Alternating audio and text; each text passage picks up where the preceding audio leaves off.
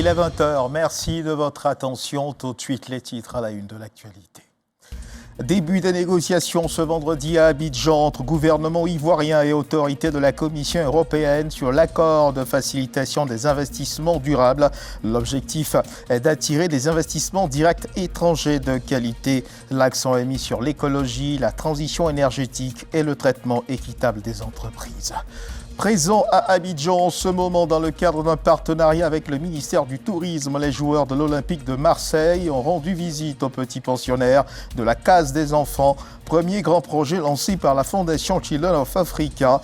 Occasion pour ces enfants en situation de détresse de vivre des moments privilégiés avec ces stars du football.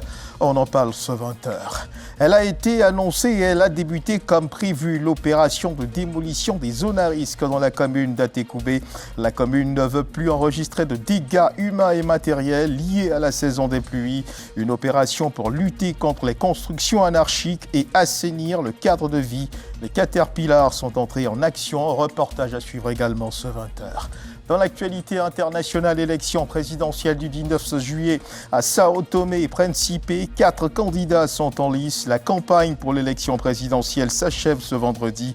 Le scrutin se déroulera sous la supervision de plusieurs missions internationales d'observation, notamment l'Union européenne, l'Union africaine et la communauté des pays de langue portugaise. Voilà pour l'essentiel. Bonsoir à tous et merci de nous suivre. Les négociations sur l'accord de facilitation des investissements durables ont commencé ce vendredi à Abidjan. Elles mobilisent la participation du gouvernement ivoirien et des autorités de la Commission européenne. Objectif, attirer des investissements directs étrangers de qualité. Les précisions de Lanciné Bakayoko. Un accord de facilitation des investissements durables, c'est un traité international dont l'objectif est de rassurer les entreprises étrangères à investir en toute sécurité. Ces négociations, qui commencent entre la Côte d'Ivoire et la Commission européenne ici à Abidjan, visent à tracer le cadre de coopération entre l'Union européenne et la Côte d'Ivoire en vue de simplifier les procédures administratives, garantir le respect des normes sociales et environnementales, attirer des investissements de qualité, en particulier sur le segment des PME. Notre présence s'inscrit dans une relation économique de long terme, fondée sur la confiance, un partenariat solide et des intérêts communs. L'objectif est très clair. En améliorant le climat des affaires, l'accord contribuera à diversifier l'économie ivoirienne et à créer de nouvelles opportunités pour les investisseurs étrangers comme pour les entreprises locales. La conclusion de cet accord de facilitation des investissements durables serait une opportunité pour l'ensemble du plan national de développement 2026-2030, mais l'accent serait mis sur l'écologie, la transition énergétique ainsi que le traitement équitable des entreprises. Ce que nous comptons tirer de cet accord, c'est d'arriver à améliorer les procédures de mise en œuvre des investissements en éliminant les goulots d'étranglement, en allant à la réactivité, à la dématérialisation, à un certain nombre d'éléments porteurs de progrès. Transparence et prévisibilité pour les capitaux européens, mais il s'agit davantage de libérer le potentiel économique et surtout promouvoir une croissance inclusive et durable pour les Africains. Reportage de Lanciné Bakayoko, bol d'air frais et nature sauvage. Rendons-nous à présent dans une exploitation agricole ayant bénéficié d'un financement dans le cadre d'un projet de développement des chaînes de valeur vivrières financé en partie par la Banque mondiale. Une exploitation agricole qui a reçu la visite du vice-président de la Banque mondiale pour l'Afrique de l'Ouest et du Centre, Ousmane Diagana, à la tête d'une délégation de l'institution financière. Il est allé s'imprégner de résultats obtenus dans le cadre du financement du projet de développement des chaînes de valeur vivrières. Reportage de Dangui Dangui. À quelques pas de Azagué Mbroumé, village situé à l'est du district d'Abidjan, se trouve le site du Terra Consulting, une exploitation agricole moderne où Gira a commencé son stage avec un rêve en tête. Mon rêve demain, c'est d'être un grand exploitant. Toutes nos cultures sont des cultures de rente. Voilà, tout est fait pour l'exportation.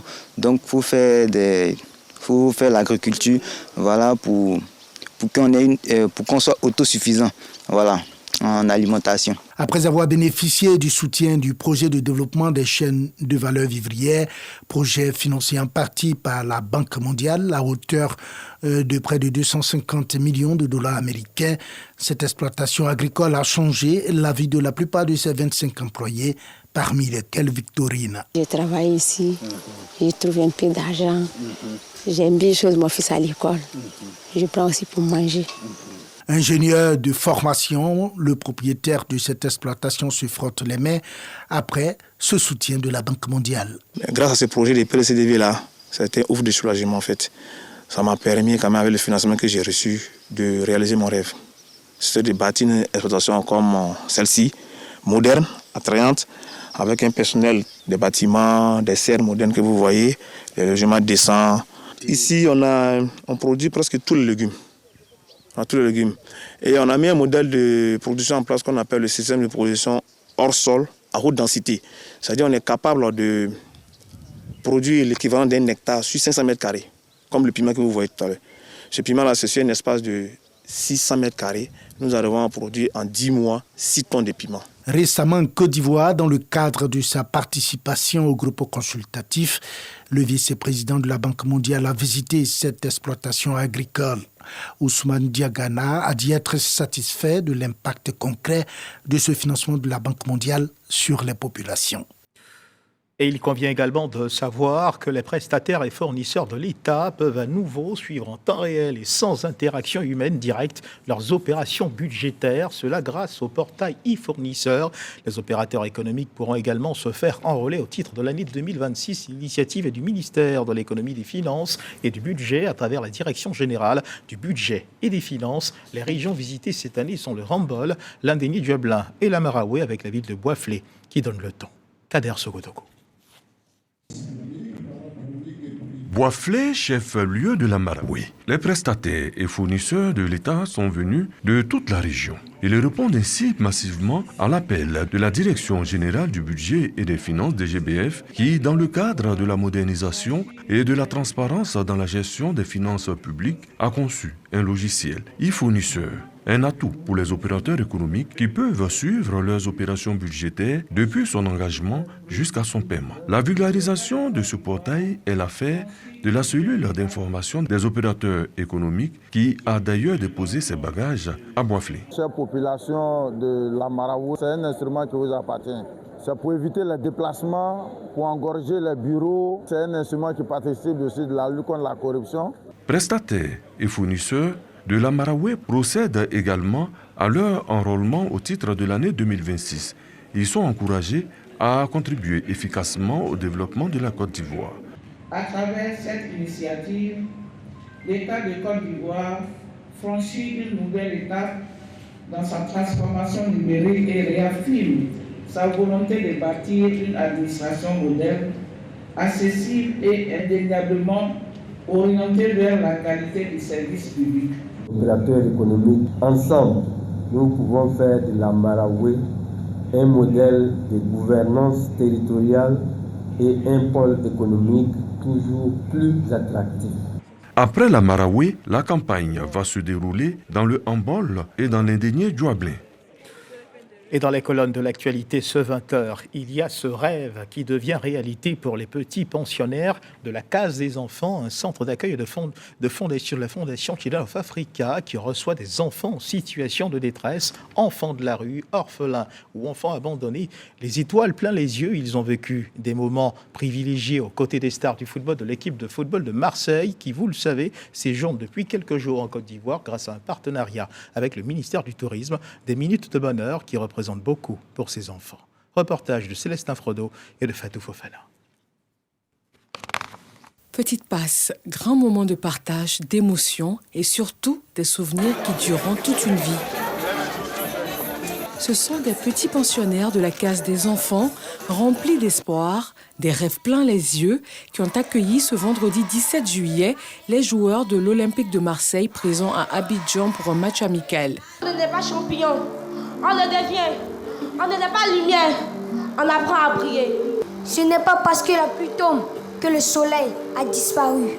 Un enfant courageux peut changer son quartier et une jeunesse debout peut changer toute une Afrique. Au nom de la première dame Dominique Ouattara, présidente fondatrice de la Fondation Children of Africa, la directrice de la Fondation a traduit le sentiment des enfants à l'endroit de leurs prestigieux invités du jour. Depuis près de 30 ans, la Case des enfants accueille des enfants qui ont parfois connu l'abandon, la souffrance, la précarité, voir de près les représentants d'un club aussi prestigieux que l'Olympique de Marseille est bien plus qu'une visite. C'est un message d'espoir pour eux. C'est la preuve que les rêves sont permis et qu'avec le travail et la persévérance, de la confiance, tout devient possible.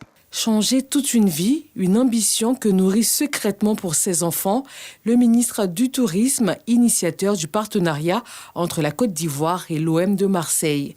Chers enfants de la Case des enfants, vous avez devant vous des modèles, des exemples à copier, des personnes qui ont surpassé quelquefois des douleurs, qui ont vécu des humiliations, qui sont parfois tombées, mais qui ont su se relever pour être aujourd'hui des exemples et des modèles. Croyez, soyez positifs, cultivez l'excellence et dites-vous chaque jour dans vos prières que vous allez réussir et vous réussirez. Et le président de l'Olympique de Marseille de transmettre au nom de tous ses joueurs l'émotion qui est la leur face aux enfants, porteurs d'avenir et d'espoir. À l'Olympique de Marseille, les joueurs, les dirigeants, on est très heureux, très ému aussi de vous apporter, j'espère, ce moment de bonheur au milieu d'un séjour exceptionnel ici en Côte d'Ivoire où nous avons reçu un accueil absolument incroyable.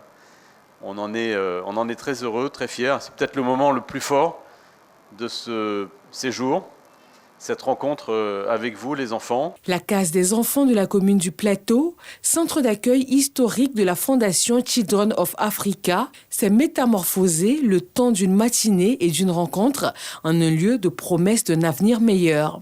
L'Olympique de Marseille, présent sur le sol ivoirien, dans le cadre d'un partenariat avec Sublime Côte d'Ivoire, affrontera Yamoussoukro FC ce vendredi à 19h au stade Félix Houphouët-Boigny d'Abidjan. Et puisqu'on parle des enfants, sur la question de la lutte contre le travail des enfants dans la filière café-cacao, la Côte d'Ivoire renforce son dispositif. Au-delà de la traçabilité des produits, les autorités veulent désormais consolider la traçabilité sociale, un mécanisme destiné à garantir le respect des droits humains tout au long de la chaîne de production. Réunis à Yamoussoukro, les agents d'opération chargés de la traçabilité sociale passent en revue leurs outils et leurs méthodes d'intervention afin de rendre leurs actions plus efficaces sur le terrain. Le reportage de Jean-Luc Bambou. Garantir une filière café-cacao exempte de travail des enfants. C'est l'objectif de cet atelier de renforcement des capacités des agents d'opération chargés de la traçabilité sociale, les AOTS.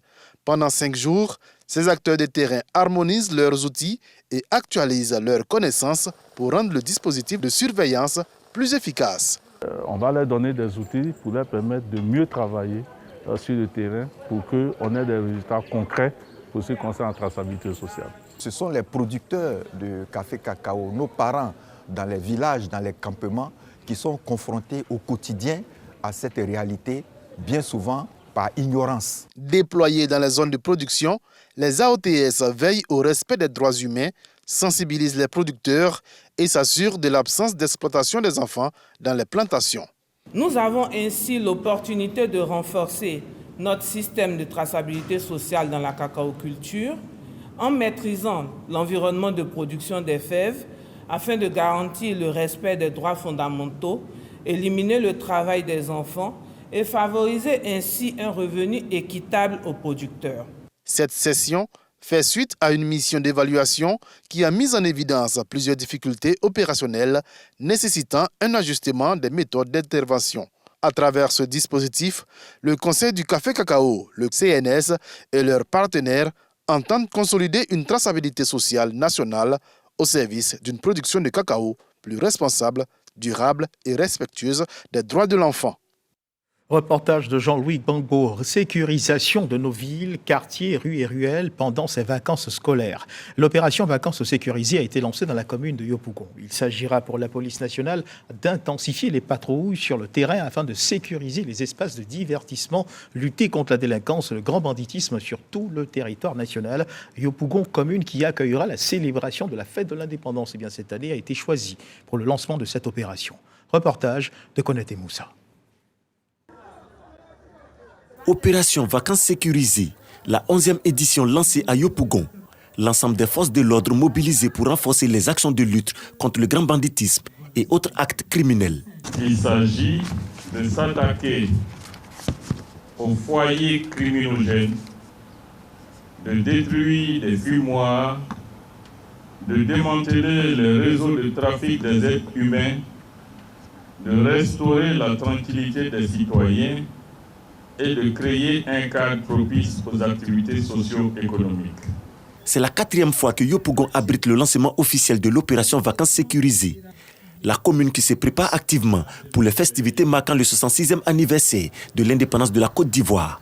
Je voudrais lancer un vibrant appel à l'ensemble des populations de notre cité à adopter un comportement exemplaire et une coopération entière avec nos forces de défense et de sécurité afin de faire de la célébration de la fête nationale de l'indépendance un succès éclatant et historique, mais aussi que nos vacances soient paisibles.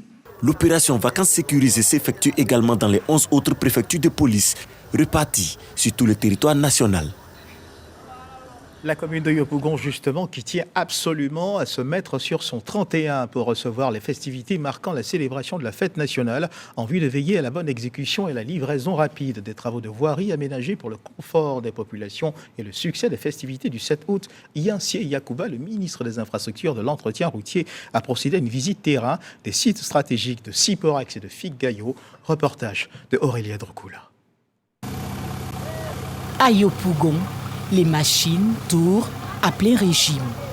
Dans le cadre des préparatifs de la fête nationale de l'indépendance, prévue le 7 août prochain, le gouvernement a déployé les grands moyens avec l'aménagement de 50 km de voirie.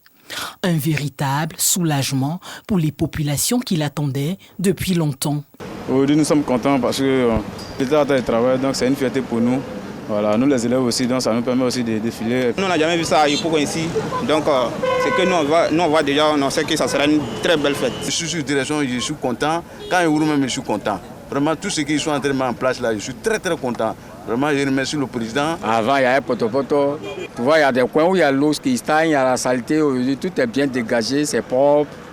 En tout cas, moi, ça me plaît beaucoup que ça soit comme ça. Je suis vraiment honorée que cette année, l'indépendance ait lieu dans notre commune parce que ça a permis à ce que les différentes routes qui étaient dégradées puissent être réparées. Donc nous sommes vraiment heureux que le président ait fait ça pour nous. Yopougon, tout était dégradé. Mais aujourd'hui, vraiment, quand on prend le boulevard, moi-même je suis chauffeur, quand je prends le boulevard, je suis très content. La route de commencer de Siporex jusqu'à ici, franchement, la route est zo. Pour s'assurer de l'avancement et de la qualité des travaux, le ministre des Infrastructures et de l'entretien routier, Yansié Yakouba, et le maire de la commune, Adama Bictogo, ont effectué une visite de terrain sur les chantiers de la Siporex et de la place Figuegayo. Pas question de tolérer des retards sur le calendrier de livraison. On est bien avancé, il y a pour plusieurs tronçons, je veux dire globalement, disons aujourd'hui nous sommes à 20 jours de la chose, nous sommes pratiquement à plus de 50%. Les choses les plus compliquées sont presque terminées, le reste ça y va vite. Et pour nous, il s'agit de tout faire pour être prêt au plus tard le 30 juillet. Voilà, 30 juillet pour qu'on ait encore une semaine pour faire des ajustements si besoin est. Le compte à rebours est lancé. À quelques semaines des festivités de l'indépendance, Yopougon accélère les travaux pour offrir aux Ivoiriens des infrastructures routières à la hauteur de l'événement. Oui, une célébration du 7 août qui promet d'être belle et dans le même temps les fondements, les acquis et les perspectives de la politique de développement du chef de l'État Alassane Ouattara ont été abordés à la mairie d'Anyama au cours d'une conférence publique portant sur sa gouvernance. Initiative du Conseil économique, social, environnemental et culturel, une conférence publique qui s'inscrit dans le cadre de la vulgarisation du programme social du gouvernement. Les détails avec nous, Sangaré. La gouvernance du président Alassane Ouattara, unique alternative crédible pour le développement économique, social, environnemental et culturel de la Côte d'Ivoire. Thème de cette conférence à l'intention des populations d'Anyama. Une occasion pour passer en revue les principales réformes et réalisations engagées depuis l'accession du président à la magistrature suprême. Les infrastructures parlent. Que dire de l'accès à l'électricité et à l'eau potable? Les villes modernisées parlent. Le rayonnement international de la Côte d'Ivoire parle. Initiée par Lansina Karamoko, membre du CESEC, cette conférence publique s'inscrit dans le cadre de la vulgarisation du programme social du gouvernement.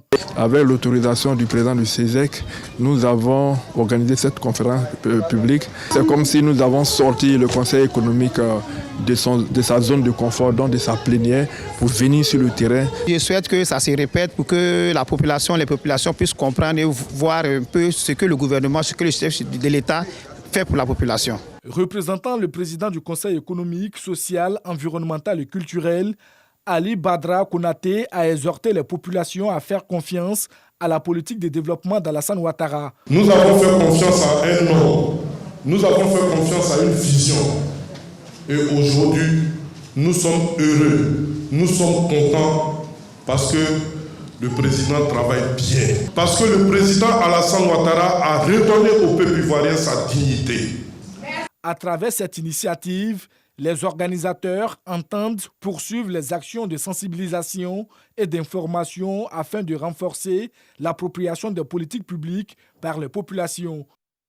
Reportage de Gilles Tonnier, nous Sangaré. Dans le domaine de la formation professionnelle, on note que la 2e édition du Forum international des métiers et des compétences FIMEC s'est achevée au Sofitel Hôtel Ivoire à Cocody. Les réflexions portaient autour d'une question essentielle, le rôle stratégique de la formation professionnelle, une initiative de l'AGFOP, structure sous tutelle du ministère de l'Emploi et de la Protection sociale et de la formation professionnelle. Reportage de Hamidi Rassouba. Répondre aux défis de l'emploi des jeunes en Côte d'Ivoire a été l'enjeu de la 2e édition du FIMEC, Forum international des métiers et des compétences. Ces assises ont pris fin au cours desquelles ont participé des chefs d'entreprise publics et privés et des institutions de formation. Je voudrais dire aux uns aux autres, ne courez pas après le succès, ne courez pas après l'argent. Si vous le faites, vous courez après votre ombre. Courez après la connaissance. Et l'argent et le succès viendront à vous. À l'occasion de la clôture, des recommandations et feuilles de route sont consignées dans un livre blanc. Objectif, en faire un document de référence en matière de formation professionnelle en Côte d'Ivoire. Le financement demeure le nœud structurant de l'ensemble des politiques de compétences et des leviers ont été discutés, notamment la taxe d'apprentissage, le cofinancement État-entreprise et le financement des publics non cotisants de l'informel. L'AGFOP a plaidé pour que ces ressources soient augmentées. Placée au cœur de l'action gouvernementale, la formation professionnelle se positionne comme un levier d'emploi direct. Chacune de ces recommandations sera examinée, chacune de ces pistes explorées, afin que la parole de ce forum devienne politique publique et que la politique publique devienne des métiers, des emplois et surtout de la dignité pour notre belle jeunesse. Le FIMEC 2026 a été marqué par des panels, des rencontres B2B, des échanges entre 3000 participants venus de la Côte d'Ivoire et des pays du monde entier. Et 3e titre de ce 20h, direction à présent la commune d'Atekoubé où les constructions anarchiques étaient dans le viseur des pelleteuses Caterpillar et autres machines de démolition. Atekoubé ne veut plus enregistrer de dégâts humains et matériels liés à la saison des pluies. Comme annoncé, l'opération de démolition de ces zones à risque a bel et bien commencé. Reportage de Landry Glazaï, commenté par Grace Kando. Atekoubé 3, ce jeudi, les habitants sur le départ. C'est le début de l'opération de déguerpissement des constructions anarchiques. Nous sommes perdus. On ne s'entendait même pas à ça. Puis actuellement, ils sont venus casser notre maison. Nous n'avons pas de caution aussi pour dire que nous allons prendre une nouvelle maison. Nous n'avons nulle part où aller. Non, on ne nous a pas prévenu. Depuis hier, les gars passent, ils repassent, mais on ne nous a pas dit qu'on doit casser nos coins. On dit que c'est derrière là-bas. À notre grande surprise, matin là, on s'est réveillé, ils ont cassé tout ici. Nous avons fait 3 mois de sensibilisation. On a sollicité les relais des quartiers, les comités de restauration des quartiers, nos premiers responsables des quartiers et également les hommes de Dieu. Si cette action qui consiste à débarrasser la commune de toutes ces zones à risque n'est pas du goût de certains riverains, ce n'est pas le cas pour d'autres qui saluent l'initiative tout en émettant des préoccupations. On peut dire que c'est bon parce que 2 jours là, il y a trop de dégâts. C'est normal que les autorités aient fait leur travail, mais on leur demande pardon de nous donner un peu de temps pour chercher un coin pour s'habituer avec nos enfants. Cette démarche de la mairie d'Atekoubé s'inscrit dans le cadre de la prévention des dégâts occasionnés par les récentes pluies diluviennes en vue d'assainir et d'améliorer le cadre de vie des riverains. Atekoubé a connu assez de morts dus aux éboulements. Nous faisons certainement, des démolitions, des déguerpissements, mais l'objectif principal, c'est de préserver la vie de nos populations. Un plan d'aménagement de ces sites sera prévu. Voilà, ce sont des sites qui ne seront pas laissés pour compte, ce sont des sites qui seront aménagés, qui vont servir à autre chose. On a plus de 250 familles, ça nous fait au maximum plus de 3000 personnes qui sont concernées directement. Il y a des sites de recasement qui ont été prévus. On a sollicité des écoles qui sont dans les environs. On a le groupe scolaire municipalité qui peut abriter plus de 500 personnes. On a également le collège d'Ampolin-Cros dans la cité Fermont.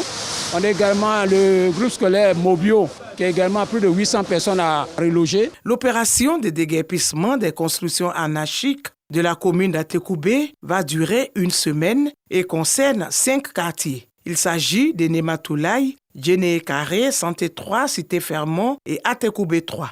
Pour rappel, la commune d'Atekoubé a enregistré plus d'une 40aine de décès liés à la pluie cette année. Les machines bougent, le temps s'écoule et Move Africa Côte d'Ivoire célèbre ses 20 ans. Une bougie célébrée à l'occasion d'un déjeuner de presse, bilan d'activités, perspectives dans l'univers des télécommunications en Côte d'Ivoire et contribution à la modernisation des réseaux télécoms et à l'extension de la fibre optique était à l'ordre du jour. Reportage de Jean-Marc Tchétchi. Move Africa Côte d'Ivoire souffle une nouvelle bougie. Avec 20 ans d'existence dans l'univers de la téléphonie mobile, l'opérateur enregistre comme bilan plus de 60 000 foyers et entreprises connectées à la fibre. Sa stratégie d'expansion lui a également permis de couvrir plus de 95% de la population et d'exploiter 9 000 km de fibre optique. Aujourd'hui, nous ne célébrons pas seulement notre histoire, nous regardons résolument vers l'avenir. Notre signature pour ces 20 ans est voir grand. Voir grand, c'est croire au potentiel de la Côte d'Ivoire, c'est investir davantage, innover en permanence.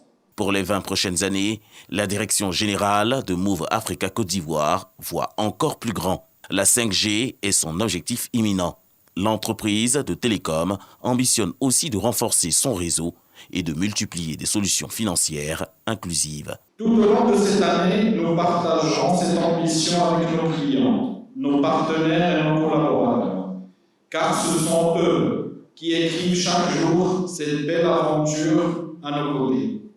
Ces 20 ans ne sont pas une ligne d'arrivée, ils sont le point de départ d'une nouvelle étape encore plus ambitieuse. Fondée en 2006, Move Africa Côte d'Ivoire représente à ce jour 50 milliards de francs CFA d'investissement et des milliers d'emplois directs et indirects. Avec ces 2 décennies d'engagement, en religion, la communauté chrétienne Jéhovah de Côte d'Ivoire s'est réunie 3 jours durant au Palais de la Culture de Treichville. Près de 9000 fidèles de plusieurs délégations ont effectué le déplacement pour prendre part à l'Assemblée régionale des témoins de Jéhovah 2026. Reportage. Palais de la Culture de Treichville. Ils sont issus de différentes délégations de Cocody, Makori, Koumassi, Yopougon et de Treichville. Ces fidèles prennent part à l'Assemblée régionale des témoins de Jéhovah 2026.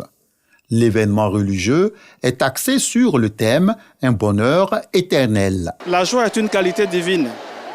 Et comme Dieu est un Dieu heureux, lorsqu'on développe des relations très étroites avec notre Créateur dont le nom est Jéhovah, il nous aide à entretenir un bonheur qui dure dans le temps.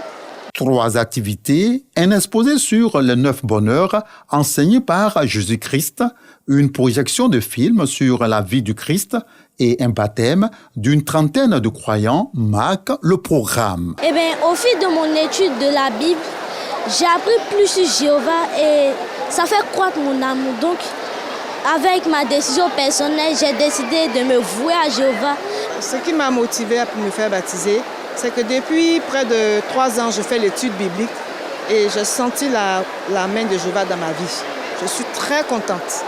L'enseignement qui est donné au cours de ces 3 jours d'assemblée est basé sur ce que Jésus a enseigné lorsqu'il était sur la terre, à savoir qu'il faut être conscient de ses besoins spirituels et chercher à connaître ce que sa parole enseigne, les mettre en pratique pour connaître le bonheur véritable. Les mêmes messages seront partagés dans 19 localités de l'intérieur du pays, avec un seul objectif, toucher un grand nombre de fidèles dans le monde rural. Reportage de Landry Glazaï et Walter Amadou Ouattara. Et dans l'actualité internationale, élection présidentielle du 19 juillet à Sao Tomé-Principe. 4 candidats sont en lice. La campagne pour l'élection présidentielle du 19 juillet s'achève ce vendredi. Le scrutin se déroulera sous la supervision de plusieurs missions internationales d'observation, notamment l'Union européenne, l'Union africaine et la communauté des pays de langue portugaise. Voilà qui marque la fin de cette édition. Merci de nous avoir suivis. Agréable fin de soirée. Dieu garde la Côte d'Ivoire.